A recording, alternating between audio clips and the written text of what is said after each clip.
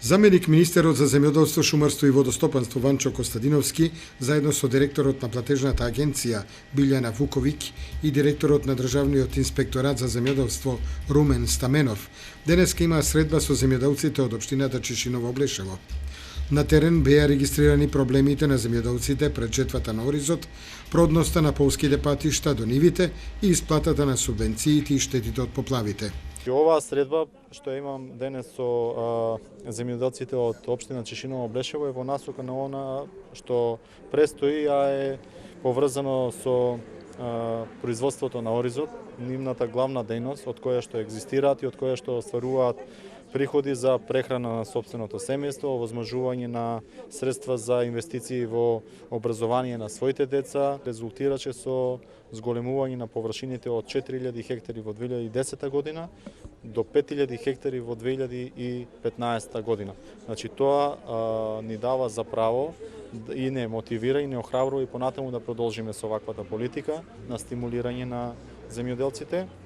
И не само во делот на она што значи субвенции кои што ги овозможуваме по 12.000 денари за хектар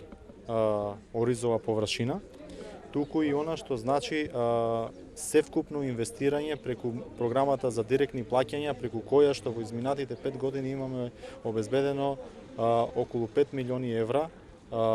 средства од буџетот на Република Македонија преку програмата за директни плаќања и кои што се наменети директно за земјоделците. Костадиновски истакна дека исплатата на оштетените семејства од општина Чешиново-Облешево, кои се 65 на број, е реализирана според динамиката на исплата, а останува за исплата кај 10 семејства со кои тековно ќе се решава исплатата.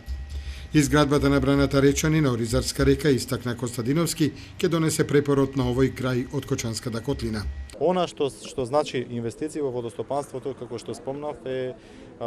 износ од околу 45 милиони евра инвестиција во изградба на браната на Оризарска река, брана Речани,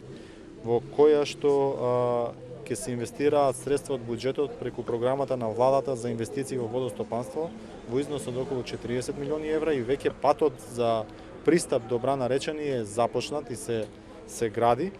и тоа е во износ од околу 3,5 милиони евра.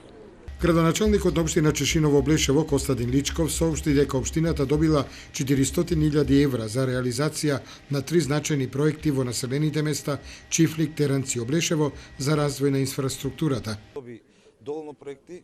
со тоа што може да кажеме мостот на Злетовска река, потоа добивме канализација во населено место Кучичино, добивме урбанистички план за населено место Спанчево. Оваа година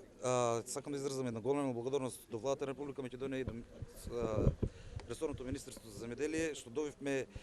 исто 3 мерки. Тие се мерките канализационен систем во населено место Чифлик,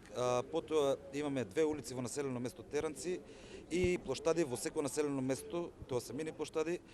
Благодарение исто пак на нив ќе кажем дека четврт проект добивме со тоа што преку источен плански регион добивме 3 урбанистички планови, тоа за населените места Облешево, Чифлик и Чешиново.